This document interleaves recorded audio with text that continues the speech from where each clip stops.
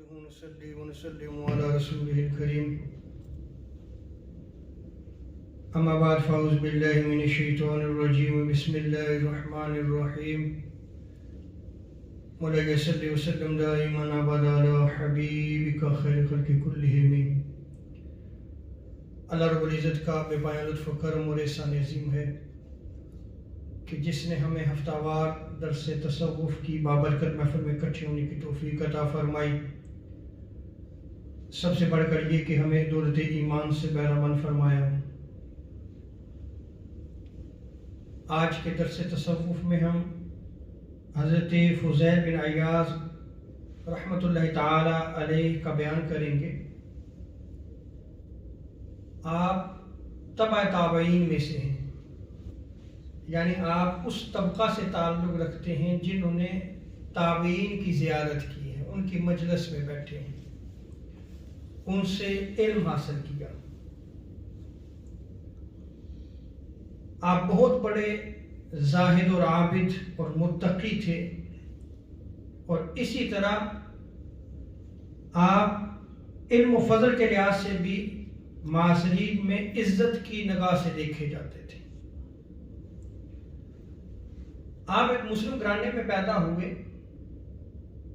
لیکن ماحول سازگار نہیں تھا، جس کی وجہ سے ان کی عادتیں بگڑ گئیں، اور کچھ ہی دنوں میں ایک مشہور ڈاکو کے نام سے مشہور ہو گئے، اور ان کو پکارا جاتا تھا فضیل بن عیاض بہت بڑا ڈاکو ہے. قافلے لوٹا کرتے تھے اور پھر ان کا لیڈر بن گئے. پھر آپ نے سچی توبہ کی. توبہ کرنے کے بعد پھر آپ نے علم حاصل کیا، اور علم حاصل کرنے کے لیے پھر آپ نے سفر کیے. اسی طرح آپ علم حاصل کرنے کے لیے کوفہ میں گئے، اور دیگر ممالک میں بھی آپ نے سفر کیا، اور فقہ اور حدیث میں آپ نے علم حاصل کیا. اگر آپ حضرت فضیل بن عیاض رحمۃ اللہ تعالی علیہ کے شیوخ اساتذہ جو حدیث میں ہیں، ان میں اگر دیکھیں تو حضرت امام عامش، حضرت امام سلیمان التیمی، حضرت منصور بن معتمر، حضرت امام یحییٰ بن سعید الانصاری، حضرت محمد بن اسحاق، حضرت اسماعیل بن خالد، اور حضرت سفیان ثوری رحمہ اللہ تعالی ہیں. اور حضرت سفیان ثوری یہ امام بخاری سے پہلے کے جو ہے وہ حدیث کے امام و شیخ ہیں. اور اسی طرح آپ نے حضرت امام جعفر بن محمد الصادق علیہ السلام سے بھی علم حاصل کیا، اور آپ نے حدیث اور فقہ کا علم ان سے بھی حاصل کیا.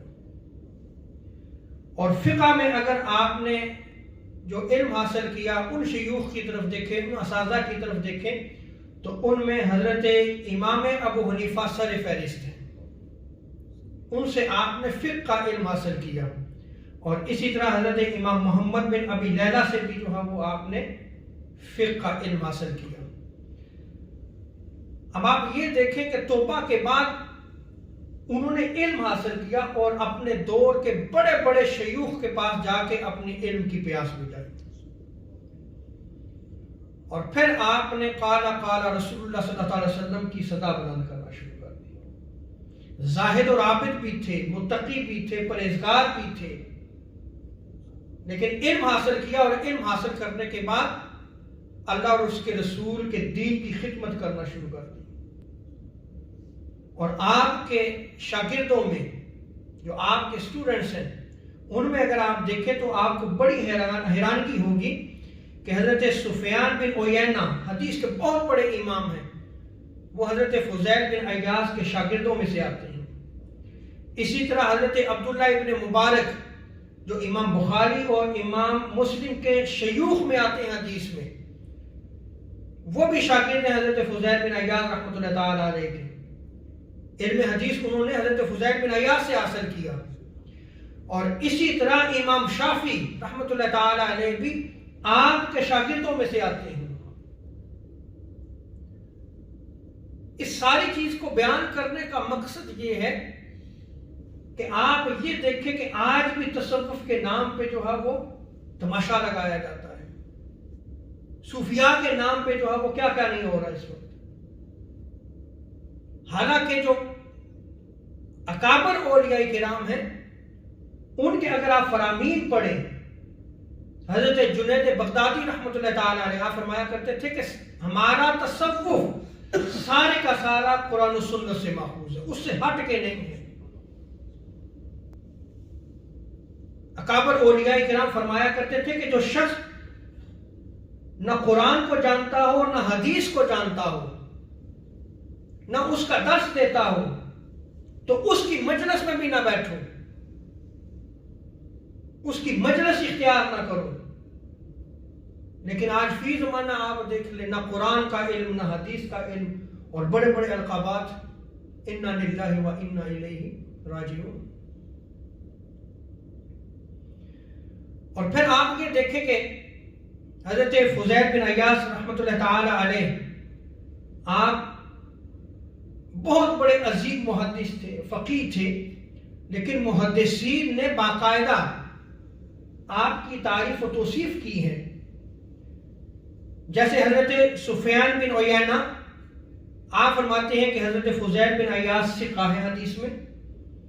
قاضی شریک آپ حدیث میں ان کو حجت مانتے ہیں، اور اسی طرح امام دارقطنی اور امام نسائی جیسے عظیم محدثین نے بھی آپ کو ثقہ قرار دیا ہے، اور ابن سعد نے آپ کو ثقہ، فاضل، متقی اور کثیر اور حدیث بیان کیا ہے۔ اور امام نووی الشافعی بہت بڑے عظیم محدث جنہوں نے صحیح مسلم کی شرح بھی کی ہے، شرح نووی، وہ امام نووی بھی ان کی توثیق کرتے ہیں، اور آپ بیان کرتے ہیں کہ تمام ائمہ حدیث کا اتفاق ہے کہ وہ صحیح حدیث اور صدوق اللسان تھے، یعنی سچے انسان تھے، اور ان سے کثیر روایات احادیث جو وہ نقل کی گئی ہیں۔ اور اسی طرح حضرت امام سفیان ثوری، حضرت امام یحییٰ بن سعید القطان، امام بخاری اور امام مسلم جیسے ائمہ حدیث نے آپ سے احادیث نقل کی ہیں، ان سے روایات لی ہیں اور آگے بیان کی ہیں۔ آپ دیکھیں کہ کس قدر آپ کا جو ہے وہ علمی مقام و مرتبہ تھا، علم و فضل میں آپ کا کتنا مقام تھا، محدثین کے ہاں کتنا آپ مقام و مرتبہ رکھتے تھے۔ اور حضرت عبداللہ ابن مبارک رحمۃ اللہ تعالی علیہ فرمایا کرتے تھے، آپ خود بہت بڑے زاہد اور عابد تھے۔ آپ فرمایا کرتے تھے کہ فضیل اس زمانہ کے سب سے زیادہ متقی آدمی ہیں، سب سے زیادہ پرہیزگار آدمی ہیں، اور میرے نزدیک زمین پر اس وقت ان سے زیادہ افضل آدمی کوئی دوسرا نہیں ہے۔ یہ کون بیان کرتا ہے؟ حضرت عبداللہ ابن مبارک رضی اللہ تعالیٰ وہ بیان کرتے ہیں، حدیث میں آپ شیخ ہیں۔ اور اسی طرح خلیفہ وقت، اس وقت کے جو خلیفہ تھے ہارون رشید، وہ کہا کرتا تھا کہ علماء میں امام مالک سے زیادہ باروب آدمی کوئی نہیں دیکھا میں نے، اور حضرت فضیل بن عیاض سے زیادہ متقی آدمی میں نے نہیں دیکھا۔ یعنی اس وقت کا خلیفہ وقت بھی آپ کی تعریف کیا کرتا تھا۔